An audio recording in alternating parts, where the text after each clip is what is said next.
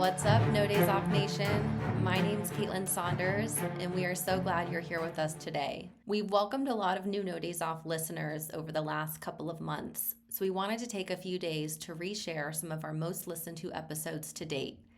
And these ones happen to be some of our fan favorites. We hope you enjoy. Thank you for joining me today. It's Brian Gubernick, and welcome to the No Days Off podcast, where we believe that every single day brings a new opportunity to get better. Today, I want to talk about health, and specifically, I want to talk about stress management. Here's the scoop. If you are on this journey of getting better every single day, and you wouldn't be listening to this podcast and be part of the No Days Off Nation if, in fact, you didn't aspire to get better every single day.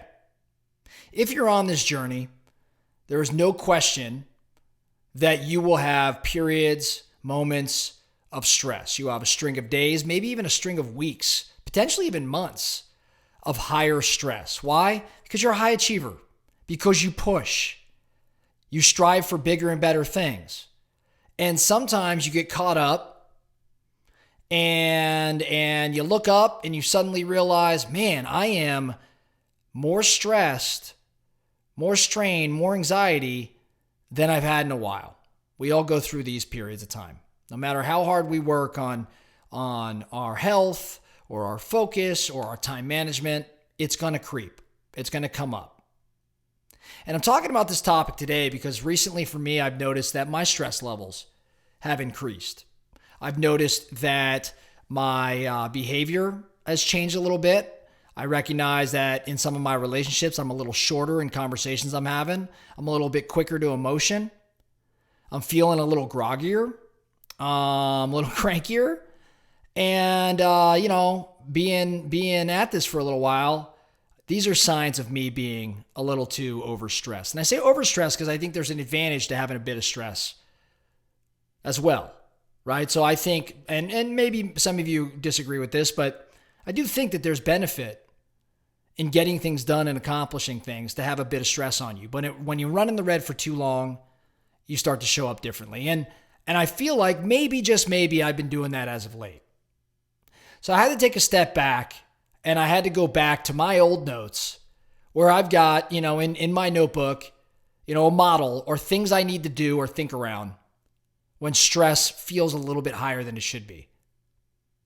In no exact order, I want to share the things that are on my mind, what I'm doing. And maybe they help you out too if you're in a moment of stress or when you are in a moment of stress. The first thing is, I think about what Mac Newton, friend of our podcast, always says, attitude is everything. Attitude is everything. And it shows up here as well. Positive attitude for me, making sure that my mind is right, regardless of stress or whatever it may be, being optimistic, maintaining a positive mindset, my attitude is everything. So sometimes it's almost, even if I don't feel great, if I strive, I should say, to have a positive attitude, you almost fake it till I make it in a strange sort of way. Like I'm going to convince myself I'm happy. I'm going to convince myself I'm excited. I'm going to convince myself I'm positive. Well, I become that person. So in terms of managing stress, I got to check my attitude. Next thing I got to do, I have to be especially sensitive to stressful people and situations. In other words, I've got to avoid stressful people and situations. Now, I want to do that all the time, but when I already feel like I'm under high stress, I got to get away. I got to create a distance between environments, situations, and people that I deem to be stressful. Because my experience with this is when I feel that way and I'm around an environment that's like that as well, it increases my stress levels. So I have to be purposeful in avoiding stressful people, situations, environments. In doing so, along those same lines, the next thing I got to do, for me personally, I increase the frequency of saying no. I start saying no a lot more to what would typically show up on my calendar, maybe things I'm a little bit more lenient around. I've got to have more space. I've got to create more time. And the best way for me to do that is to make certain that there are no marginal non-important items on my calendar, in my personal and in my business life. I'll go so far as to start having cancellation parties where I'll look at my calendar and I will ask myself, what can I cancel because it's not important at this moment, or maybe not important at all. In doing so, I create more space, a little bit more downtime, and a way for me to start relieving a bit of stress. Next thing I like to do, I like to make a list. I will literally make a list. I'll ask myself, what can I control and what can I not control? I want to bring awareness to the things that I can control, because I like to focus on what it is I can control. But equally, if not more important, I want to recognize, what can't I control? What's outside of my control? I've got to accept that there are events that I simply cannot control. And making this list brings awareness. And when I recognize, you know what, I could stress about that. I could get really, tied up in that. But the reality is, if I can't influence the outcome, if I cannot control it in some way, it's a waste of time, energy, and mental space. So I'll make a list of what I can control and cannot control, and I'll focus on those things that I can control and say no to what I cannot.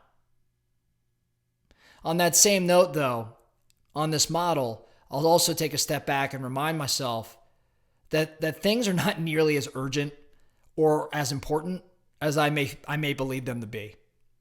And why do I say that? How do I know that? Well, history tells me so. Every one of us assigns urgency and importance to things that days or weeks or months later we look back on and say, man, that wasn't that important, or that wasn't all that urgent.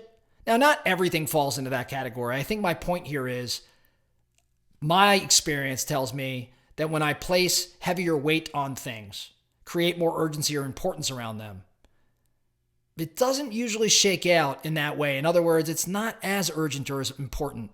It doesn't weigh as much as I believe it does in the moment. History tells me this. The last two things I'm going to look to do when I'm managing my stress, I got to sleep. It's funny, like, I'm not sure what happens first.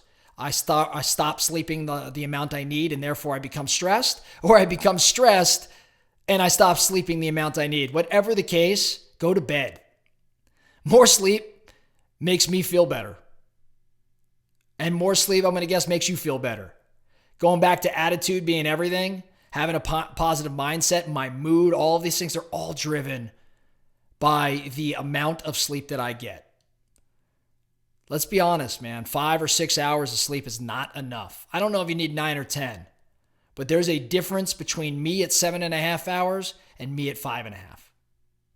Me at 7.5, even in stressful scenarios, behaves a lot differently than me at 5.5.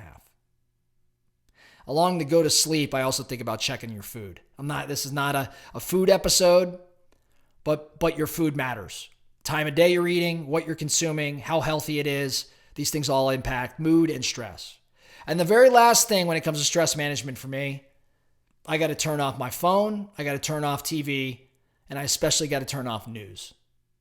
Now, I'm not saying disconnect from all things, though that is nice. But these things that create stress, like headlines that may catch my attention or drive emotion, or shows that are kind of fruitless, kind of pointless, maybe entertaining, but a waste of time. For me, I start going in my own head and say, I'm wasting time and I'm just creating more stress. I just got to eliminate that stuff. And if I want to bring it back, I do, but once my stress levels are back under control. So I'm talking about managing stress because, again, I'm kind of in a moment where I feel a little bit more stress. And if I go do these 7 or 8 things I described, I'll get things back under control. I'll feel a lot better. All of these are important. Some of them are more important on certain days. My hope is that you can look at this list and maybe 1 or 2 or 3 of these things, or maybe all of them, actually helps you today, if in fact you're under stress. And if it's not today, when it comes about, I want you to come back to this episode. I want you to listen to it. And I bet you're violating some of these things. And if you just put them into practice, your stress levels may decrease as well. That's all I have for you today. The No Days Off podcast. Thank you so much for listening. And remember, every single day brings a new opportunity to get better. So let's get after it.